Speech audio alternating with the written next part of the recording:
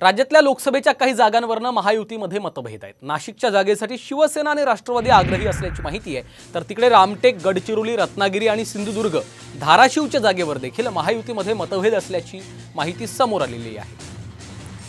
त्यामुळे आपण पाहतोय अनेक जागांवर तीनही पक्षांनी दावा केलेला आहे, त्यामुळे जागा वाटपाचा तिढा कायम आहे। कोणत्या जागांवर महायुतीमध्ये रस्सीखेच आहे त्यावर एक नजर टाकूयात। नाशिकच्या जागेसाठी भाजप, शिवसेना आणि राष्ट्रवादी देखील इच्छुक आहे। रामटेक, कोल्हापूर आणि रत्नागिरी, सिंधुदुर्गवरून देखील भाजपचे आणि शिवसेनेमध्ये रस्सीखेच सुरू आहे। धाराशिव, गडचिरोली, साताऱ्यावर भाजप आणि राष्ट्रवादीने देखील दावा केल्यामुळे आता या जागांवर तिढा कायम आहे। तर तिकडे अमरावतीमध्ये नवनीत राणा यांना उमेदवारी देण्यास बहुतेक सर्व स्थानिक भाजपच्या नेत्यांचा विरोध आहे।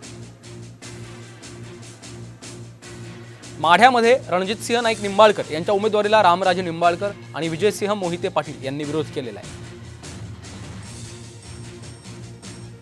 साताऱ्यामध्ये उदयनराजे यांना उमेदवारी देण्याबाबत मतदारसंघातल्या काही भाजपच्या नेत्यांची नाराजी आहे।